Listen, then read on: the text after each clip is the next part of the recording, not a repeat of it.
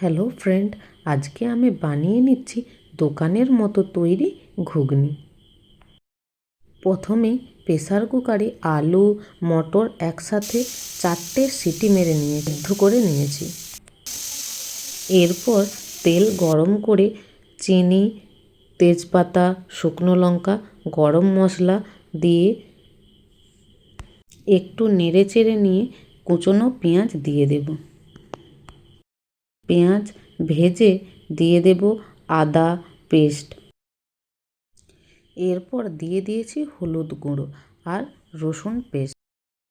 আবারও ভালো করে মশলা কষিয়ে নিয়ে দিয়ে দেব টমেটো কুচি। আমি বলতে ভুলে গিয়েছিলাম, পেঁয়াজের সাথে কাঁচা লঙ্কা দিয়েছি। এরপর দিয়ে দিয়েছি জিরে বাটা আর খুব সামান্য পরিমাণ লঙ্কা গুঁড়ো। এরপর অল্প পরিমাণ জল দিয়ে ভালো করে কষিয়ে নেব যতক্ষণ না তেল ছেড়ে আসছে। এরপর দিয়ে দেব মটর আলু সেদ্ধ। ভালো করে কষিয়ে পরিমাণ মতো জল, কুচনো ধনেপাতা দিয়ে ফুটিয়ে নিলেই তৈরি ঘুগনি।